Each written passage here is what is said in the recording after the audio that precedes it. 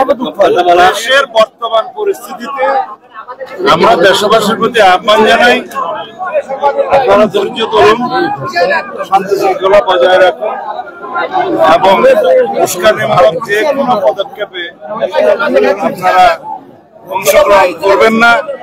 দেশের নৈরাজ্যকর পরিস্থিতির সৃষ্টি হলে ভবিষ্যতে গণতন্ত্রের পথে গণতান্ত্রিক প্রক্রিয়া উত্তরণের জন্য আমাদের বাধা আসতে পারে।